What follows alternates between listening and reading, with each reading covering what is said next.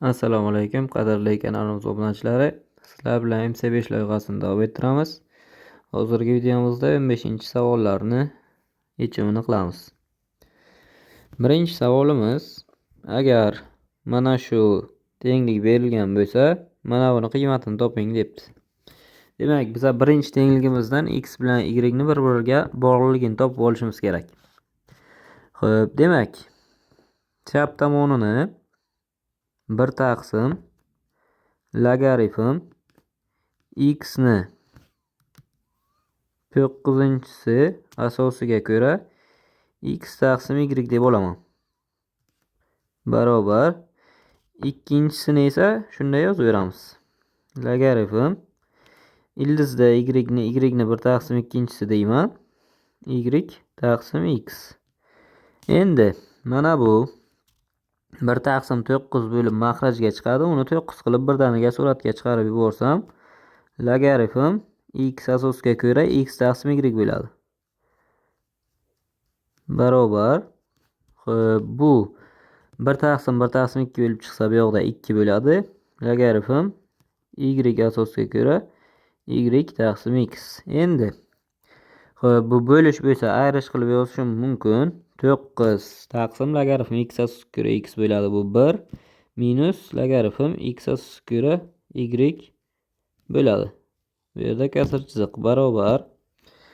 Xo'p, buni ham xuddi shunaqa qilib yozadigan bo'lsam, 2 logaritm y asosiga ko'ra y ayrilgan, bu 1 ni beradi. Logaritm y asosiga ko'ra x bo'ladi. Endi xo'p, mana buni ham bu tomonni o'zini yozib olaman. Y asosiga ko'ra x ni 1 taqsim logaritm x asosiga ko'ra y deb olaman. Hammasi logaritm x taqsim y asosiga ko'ra bo'lib qoldi. Endi tenglamada qilib yechsam, 9 taqsim 1 minus logaritm x asosiga ko'ra y ni misol uchun t desam osonroq yozishga. Xo'p, surati 2 kara t minus 1 bo'ladi. Barobar t. Mana shunday bo'ladi. Endi buni soddalashtiramiz. 9 t barobar bitta minusni chiqarsam, t minus 1 ni kvadrati bo'ladi 2 kara. Minus 2 kara deyman, t minus 1 ni kvadrati t kvadrat minus 2t plus 1 ni beradi. Endi buni soddalashtirsam, 9t barobar minus 2t kvadrat plus 4t minus 2 bo'ladi. Bir tomonga o'tkazadigan bo'lsam, 2t kvadrat chap tomonga o'tkazyapmiz. Plus 5t plus 2 tenglik 0 bo'lar ekan. Endi bu kvadrat tenglama bo'ldi. Bu kvadrat tenglamani yechsam, t birim minus 2 chiqadi. T 2 esa minus 1 taqsim 2 chiqadi. Endi xohlagan holatimda yechsam, baribir javob bir xil chiqadi. Minus 2 ga teng deb yechsam, demak, men t deb logaritm x asosiga ko'ra y ni olgandim. Mana shu bizada minus 2 ga teng ekan. Bo'ldi, endi shuni joyiga minus 2 ni qo'yib ketaveraman. Xo'p, bularni soddalashtirsam, logaritm x taqsim y asosiga ko'ra x ni kvadrati qo'shilgan logaritm y taqsim x asosiga ko'ra y shuni kvadrati. Endi buni 1 taqsimlik qilib yozib olaman. Barobar 1 taqsim logaritm x asosiga ko'ra x taqsim y ni kvadrati deyman. Qo'shilgan, bunisi ham xuddi shunday, 1 taqsim logaritm y asosiga ko'ra y taqsim x ning kvadrati deyman. Barobar. Xo'p, buni bo'lishga o'tkazsam, x asosiga ko'ra x 1 ni beradi, minus logaritm x asosiga ko'ra y bo'ladi. Buni o'rniga minus 2 ni qo'yaman. Qo'shilgan 2 bo'ladi. Buni kvadrati plus 1 taqsim Logaritm y asosga ko'ra y 1 ni beradi. Y asosga ko'ra x ayrilgan bo'ladi. Demak, bu bizada 1/2 ni beradi. Qo'shishga o'tadi. Mana kvadrati. Endi shuni hisoblab qo'yish kerak bo'ldi. Birinchisi 1/9 ga teng. Ikkinchisi 3/2 bo'ladi. Uni kvadrati 9/4. 4 tepaga chiqsa, demak 4/9 bo'lar ekan. Qo'shib qo'ysam, demak 5/9 bo'lar ekan. Javobimiz mana shu bo'ladi. Bu B variant bo'lar ekan. Keyingi ikkinchi savolimiz. Mana shu tenglamaning haqiqiy ildizlar ko'paytmasini toping debdi. Demak, bir shu yoqda turaversin. Mana buni ayirish qilib o'tkazaman. Ayirish qilib o'tkazsam, mana bu mana bunga bo'linadi. Chunki o'rtada ayirish bo'ldi, asoslar bir xil. Logaritm 2 asosga ko'ra 16x kvadrat qo'shilgan 10 taqsim bo'ladi. 4x ni 4-chisi qo'shilgan 7. Endi 2 ni birinchi darajasi mana bunga teng bo'ladi. Xo'p, 16x kvadrat plus 10 taqsim 4x ni 4-chi darajasi qo'shilgan 7 barobar 2 ga teng. Endi bu bir kvadrat tenglamaga kelar ekan. 16x kvadrat qo'shilgan 10 barobar 8x ni 4-chisi qo'shilgan 14. Xo'p, bir tomonga o'tkazsam 8x ni 4-chisi minus 16 ta x kvadrat 14 dan 10 ketsa plus 4 barobar 0. 4 ga bo'lib yuborsam 2x ni 4-chisi minus 4x kvadrat plus 1 barobar 0 degan bir kvadrat tenglamaga keldi. Demak, buni yechadigan bo'lsak, xo'p, diskriminantni hisoblasam 4 ni kvadrati ayrilgan 4 kara 2 8 bo'ladi. Xo'p, x kvadratini teng bo'lishi kerak. Demak, bizada 4 plus minusda 2 ildizda 2 taqsim 4 ga. Bu ifodalarni ko'rib turibmiz, ikkalasi ham musbat. 4 plus minus 2 ildizda 2 taqsim 4 ni. Demak, x kvadrat ikkalasiga ham teng bo'lishi mumkin. Bundan kelib chiqadiki, x'larim bir marta plus minus ildizda 4 minus 2 ildizda 2 taqsim 4. Bir marta plus minusda shuni orasida plusligiga chiqadi. Mana shunday. Endi bizadan tenglamani haqiqiy ildizlarini so'ragan. Xo'p, x kvadrat musbat bo'lgani uchun hammasi qanoatlantiradi. Bularni ko'paytmasini topadigan bo'lsak, xo'p, buni ko'paytmasi bizada minusda 4 minus 2 ildizda 2 taqsim 4 ni beradi. Buniki esa 4 plus 2 ildizda 2 taqsim 4 ni beradi. Bu ham manfiy. Demak, baribir ko'paytma musbat chiqadi. 4 minus 2 ildizda 2 taqsim 4 ko'paygan 4 plus 2 ildizda 2 taqsim 4. Mana shuni hisoblashimiz kerak ekan. Surati kvadratlar ayirmasiga keladi. 16 ayrilgan 8 bo'ladi. Bu 8 ga teng, maxraj esa 4 kara 4 16. Qisqartirsam, demak 8 ga 1 taqsim 2 chiqar ekan. Javob demak bizada A varianti ekan.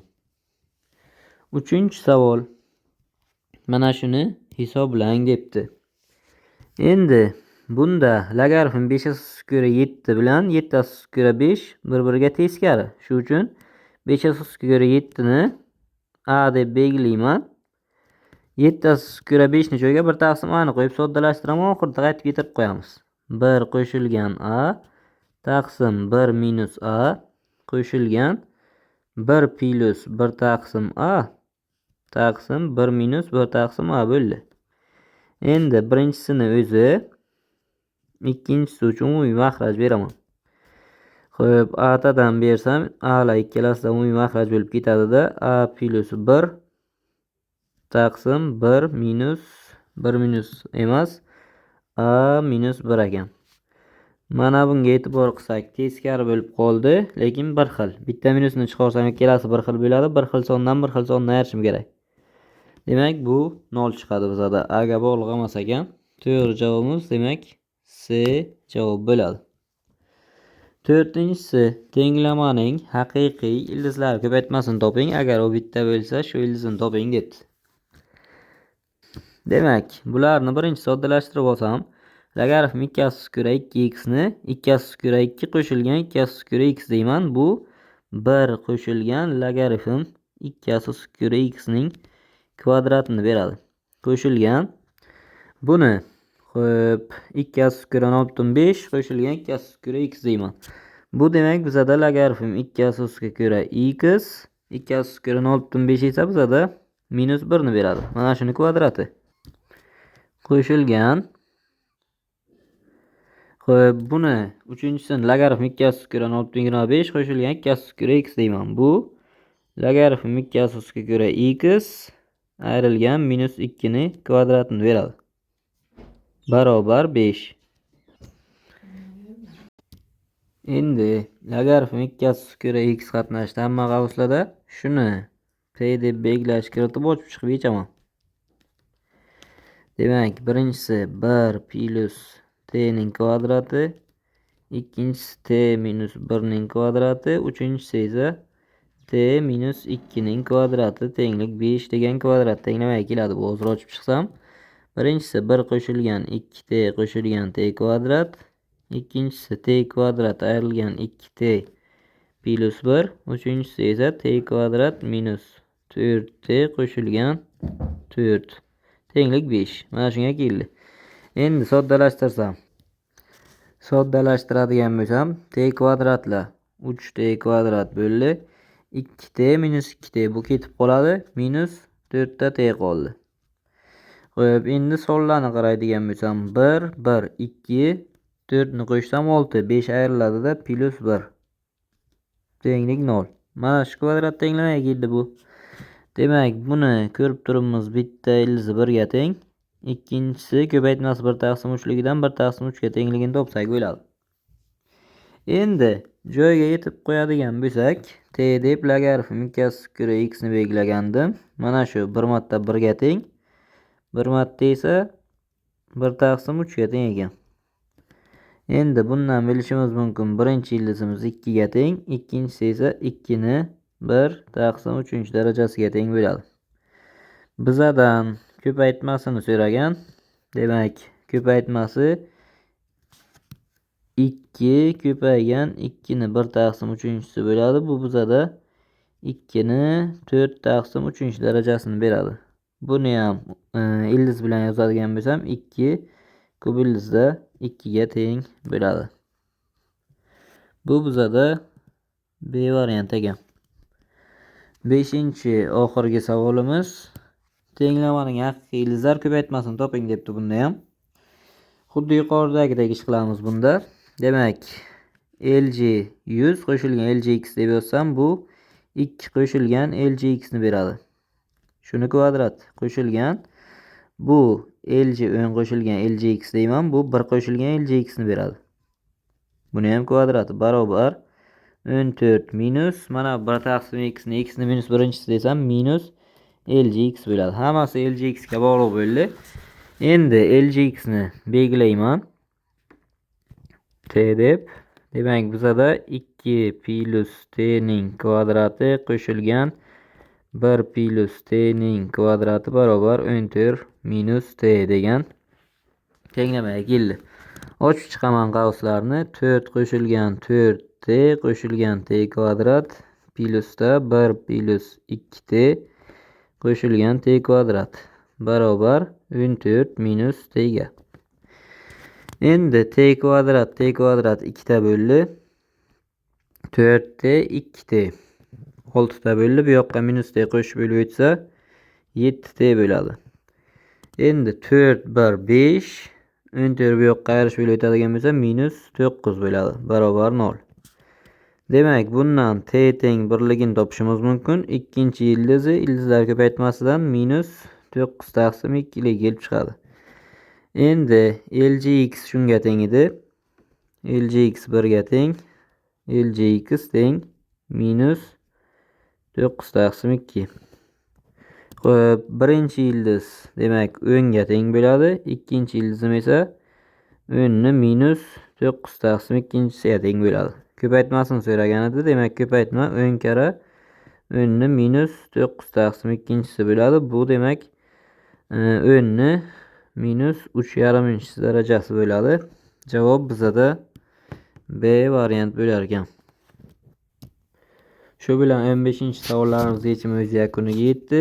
Bizni kuzatishni davom eting. Qo'llab-quvvatlash uchun like bosishni unutmang.